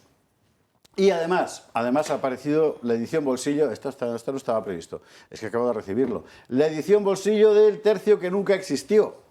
¿Qué es el tercio que nunca existió? Pues una historia impresionante, porque resulta que hubo un tercio español combatiendo en Inglaterra para Enrique VIII contra los escoceses, en Inglaterra y en Francia. ¿Y por qué? Pues es uno de los grandes misterios de la historia de España que aquí en ese libro contamos. El tercio que nunca existió, en edición de bolsillo. Y dicho todo esto, y creo que se me olvida alguna cosa más, pero ya la recuperaré después, presentamos a nuestros contertulios de esta noche, don Pedro Luis Pedrosa. ¿Cómo estás? ¿Qué tal, José Javier? Buenas noches. Encantado de saludarte. No, el gusto es mío, te lo aseguro. Ahora vamos a empezar a intercambiarnos ahora florilegios. No, faltaría más. Yo estoy más contento que tú.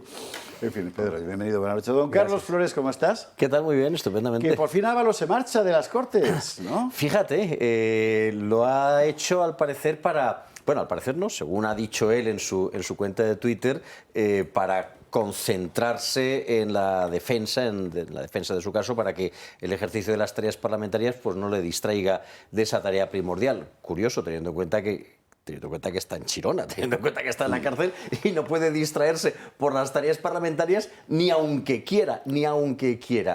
Y le va a sustituir por la siguiente en la lista del Partido Socialista en la provincia de Valencia, que para quienes no la conozcan la van a conocer dentro de nada, es nuestra nueva compañera Ana María González.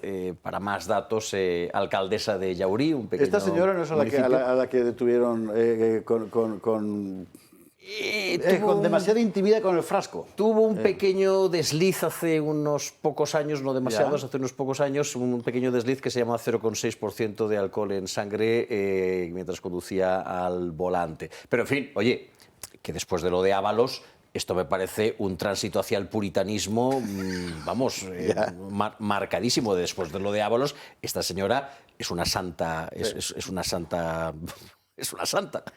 Hay un libro de Joseph Roth, Leyenda del Santo Bebedor, se llama. Estamos en el Santo Bebedor, de un clochard de París. Bueno, vamos a más, santa, indudablemente. Carlos, bienvenido, buenas noches. Doña Gabriela Camuñas, ¿cómo estás? Muy bien, encantada de estar con vosotros. Y nada, una nevada que hemos tenido hoy en Madrid. ¿Verdad? Corta pero intensa, que se ha quedado en amenaza más que en riesgo. Pero es interesante porque la Estrategia de Seguridad Nacional enumera, ¿no?, o digamos resume los riesgos que pueden acaecer en el país, que son emergencias, catástrofes. Si pensamos en España, todas ellas han sido gestionadas pésimamente. Tenemos la Dana, tenemos el volcán, tenemos el COVID, tenemos el apagón, tenemos la reciente catástrofe de Nademuz. Pero es que una de ellas también, otra amenaza, es el flujo migratorio irregular, que directamente está ya ni se gestiona, ya directamente regulariza y entonces, pues bueno, esa es la situación en cuanto a seguridad nacional, ¿no?, que estamos viviendo. A propósito de la nevada, decía hoy Yolanda Díaz, pero salió enseguida, contarlo, permiso climático. O sea, que la gente no vaya a trabajar. Hasta 4 días puede. Así por las buenas. Pues la nieve ha desaparecido. De verdad que yo, en fin, como ya no he trabajado nunca, debe ser, ¿no? ¿Qué gente, por favor? Permiso climático, eso es decir, que cuando hace mucho calor te puedes quedar en casa, cuando hace mucho frío también. Sí. Hasta 4 días. Y a los que llevemos mal las temperaturas templadas, pues también. Ahí estamos. En fin, qué cosas. Bueno, aprovechando la salida de la edición en bolsillo en la esfera de los libros, de este os voy a regalar uno a cada Bien, este es para Pedro Luis Pedrosa. Este es, para que no me quede en la dedicatoria, para Carlos Flores. Lo compartiré adecuadamente. Muchas gracias. Y este es para Gabriela Camuñas. Muchas gracias. El tercio que nunca existió. Bueno, decía que íbamos a empezar con las buenas noticias, que es una cosa que recurrentemente te dice siempre cualquier espectador por la calle. ¿Por qué no dan nunca buenas noticias? Y en cuanto empiezas a hablar un poco, ellos empiezan a darte a ti todas las malas noticias que pasan. Claro, pues por eso. Pero las que son buenas hay que darlas, y hay una cosa muy importante. Aquí decíamos ayer que hay que resetear España. ¿Por qué? El país tiene cosas maravillosas. Tiene gente fantástica, haciendo trabajos extraordinarios. Si el problema no son los españoles, si acaso es lo que votan, pero el problema no son los españoles, el problema es el tenderete este que hemos montado. Y hay gente haciendo cosas impresionantes, y de entre ellos, uno que lleva muchos años haciéndolas es el doctor Mariano Barbacid, que es una de las grandes eminencias mundiales en materia de cáncer. y que ha conseguido algo extraordinario, que es curar en animales, de momento en animales, por cierto, tomen nota todos los animalistas que querían prohibir la experimentación con animales, ¿verdad? De momento en animales, un tipo concreto de cáncer de páncreas particularmente frecuente. Cualquier persona que esté mínimamente familiarizada con el entorno oncológico, como paciente, como familiar de paciente, puede calibrar la importancia de esto. O sea, es uno de los grandes hallazgos de momento del siglo, sin ninguna duda. Y mire usted por dónde va a ocurrir, en un campo que este gobierno ha enmierdado también como todo. En fin, Mónica Fuster nos cuenta el hecho y el contexto. Así. Nace una nueva esperanza para los pacientes con cáncer de páncreas. La asociación privada CRIS contra el cáncer ha sido la que ha logrado esta revolución médica para el que sería uno de los tumores más agresivos. Mariano Barbacid, una de las mayores eminencias en bioquímica, ha destacado el papel de la Fundación en este proyecto, así como los prometedores que han sido los resultados en ratones. Dos aspectos muy importantes, esenciales, que es que el tumor desaparece, que no se producen resistencias y un tercer aspecto muy importante también, que no hay efectos secundarios. Si no se investiga, no se avanza. Eso creo que es una frase que puede escribirse en piedra porque es una verdad absoluta. Sin la Fundación CRIS, hoy en día sería muy difícil poder avanzar en ciertas áreas de la oncología, como en nuestro caso. Un avance que contrasta con la institución que fundó el prestigioso científico y de la cual ya no forma parte, el CNIO. El Centro Nacional de Investigaciones Oncológicas enfrenta la peor crisis de su historia con una investigación abierta por la Fiscalía Anticorrupción por supuestos contratos amañados, inflados y otorgados a empresas por sumas millonarias. Hablamos de 25 millones de euros públicos destinados a combatir el cáncer. Los denunciantes, que eran el director de operaciones y la directora de cumplimiento normativo, mandaron cartas al Ministerio de Ciencia alertando de la situación, pero fueron ignoradas. Mientras tanto, la ministra no ha dado muchas explicaciones. Si las irregularidades económicas no caben en nuestro país, en ninguna administración pública, todavía menos en un organismo que se dedica a hacer ciencia contra el cáncer. Cada euro que invertimos en ese centro tiene que ir destinado precisamente a hacer ciencia para luchar contra el cáncer. Este no es el primer escándalo en el CNIO. Ya en 2020, Vox fue el único partido en apoyar la querella de una trabajadora contra Juan Arroyo, el subdirector en el que confluyen todas las acusaciones y que ha sido destituido junto a la ya exdirectora María Blasco. Por primera vez en su historial, el futuro del CNIO está marcado no por sus fichajes estrella, por su presupuesto o por las investigaciones, sino por presuntas malversaciones. Los primeros síntomas son muy silenciosos, es como si de repente estás muy cansada, sientes una desconexión tremenda con la vida. Bueno, pues yo tuve 40 sesiones de quimioterapia y 20 de radio. Esto es muy duro, tremendamente tóxico, tienes muchísimos efectos colaterales. ¿Por qué es importante esto que ha sucedido hoy? Pues porque yo espero con todas mis fuerzas que se siga investigando sobre esto, que salga adelante esta nueva medicación. Mientras tanto, asociaciones como CRIS hacen historia y los pacientes siguen luchando quimio a quimio contra una de las peores enfermedades. La Fundación CRIS, efectivamente. Y la vergüenza del CNIO, porque el CNIO tiene profesionales excelentes, investigadores de primer nivel. Y esta gente del gobierno lo ha convertido, en fin. Gabriela. Yo creo que España ha sido cuna de grandes oncólogos españoles, grandes científicos que han sido reconocidos mundialmente, ¿no? Tenemos el caso de Mariano Barbacid o de Valentín Fuster, que allá donde han ido han destacado. Entonces es fundamental que para la soberanía española o sea, no solo que tengamos una soberanía de tipo farmacéutica o sanitaria, sino de medios humanos. Es que ese es nuestro capital humano y es el principal motor en actividades como la investigación contra el cáncer, que es verdaderamente la lacra de nuestra sociedad a día de hoy. 1 de cada 2 españoles a partir de 60 años desarrollará un cáncer de próstata y 1 de cada 2 mujeres de más de 65 años tendrá un cáncer de mama. O sea, es verdaderamente una guerra que hay que luchar contra el cáncer de forma absoluta y radical. Pero claro, para eso necesitamos fondos y necesitamos medios y necesitamos pagarles sueldos a los investigadores y a las enfermeras y a las instalaciones. Y todo eso es carísimo. ¿Y cuál es el problema? Que en este caso ha sido desarrollado por el CNI por una fundación privada que ha aportado los fondos, pero la mayoría de las veces esos ensayos clínicos acaban siendo financiados por las farmacéuticas y España, pues ahora mismo no tenemos una industria farmacéutica española o incluso pública o público-privada, ¿no? Y ese es el reto que tiene que cualquier gobierno que venga en el futuro pues afrontar y oye, esto también es infraestructura crítica de la soberanía española. Últimamente estamos hablando mucho de la soberanía española, pues aquí está el núcleo duro también de soberanía, ¿no? Completamente de acuerdo. Yo, en primer lugar, tenemos magníficos investigadores. Sin salirme de la Comunidad Valenciana, me vais a permitir que barra para casa. Tenemos a Berino Corma, tenemos a Ana Lluch, tuvimos hasta su fallecimiento hace no demasiado tiempo a Santiago Grisolía, investigadores punteros, cada uno en su terreno. Y hay naturalmente que cuidarlos y hay que dotarles de medios. Y ahí voy a la segunda cosa que has mencionado. Estos descubrimientos de Barbacid se han llevado a cabo gracias a una empresa privada. Todos estos que se llenan la boca reivindicando la sanidad, pero les falta tiempo para añadir pública. Todos estos que felicitan insistentemente a los magníficos profesionales de la sanidad, pero les falta tiempo para añadir el adjetivo pública.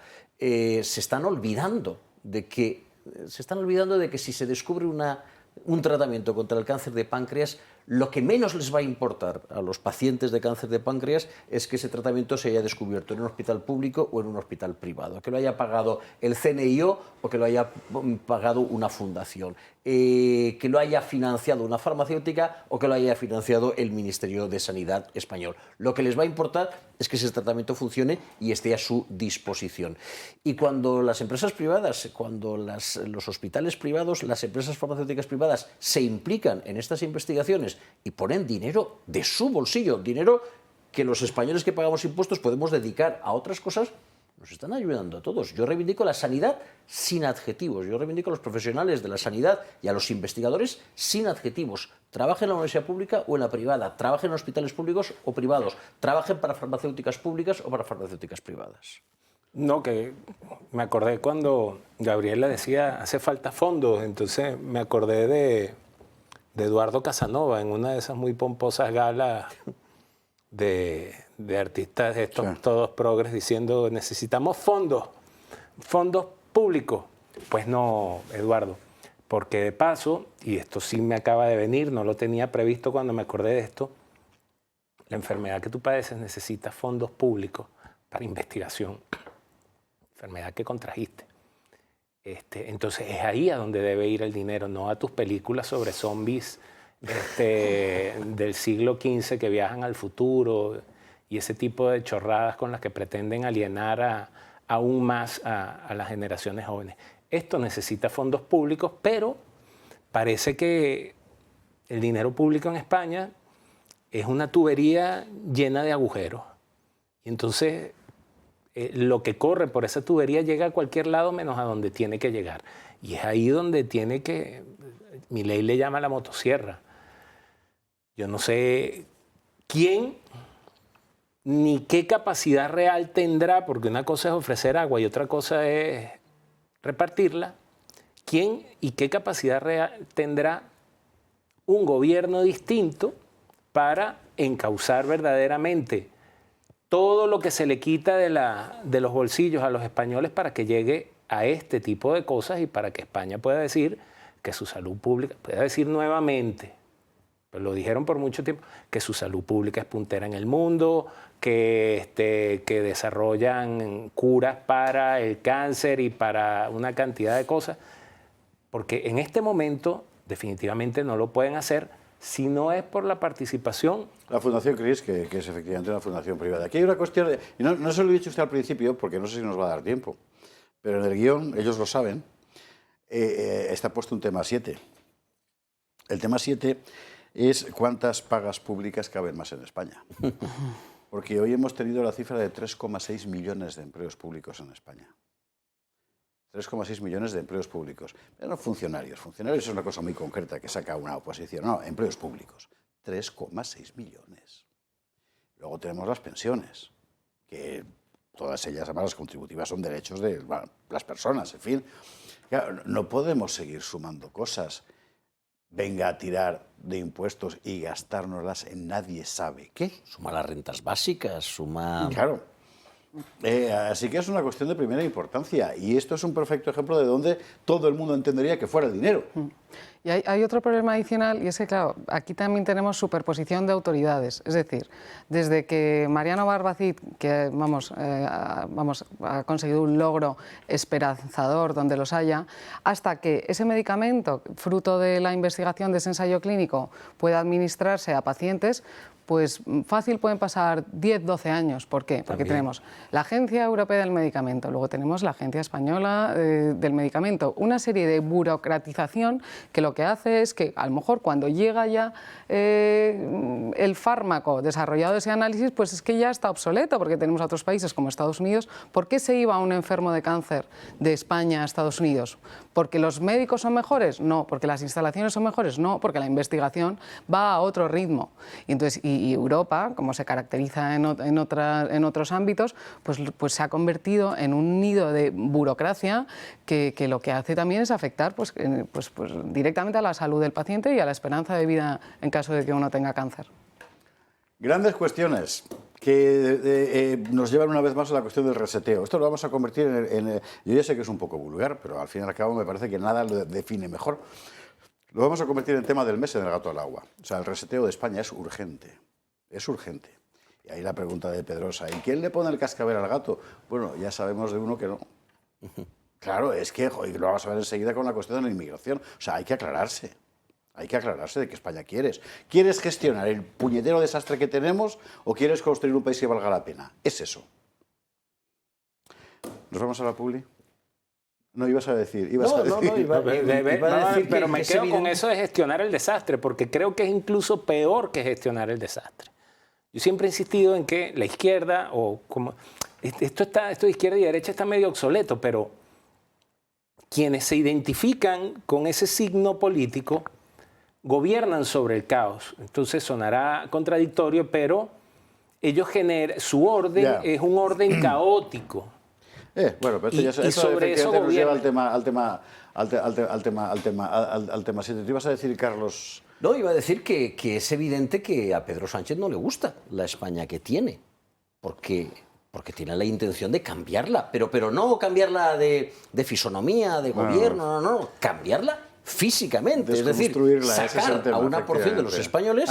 Las cifras de españoles que migran fuera de nuestro país es creciente. Estamos en un récord absoluto histórico de españoles viviendo en el extranjero y meter a otros 500.000 que provendrán de otras latitudes. Es decir, está sustituyendo a la población, y con el paso del tiempo al censo electoral que tenemos por otro distinto. Está haciendo literalmente un país a su medida.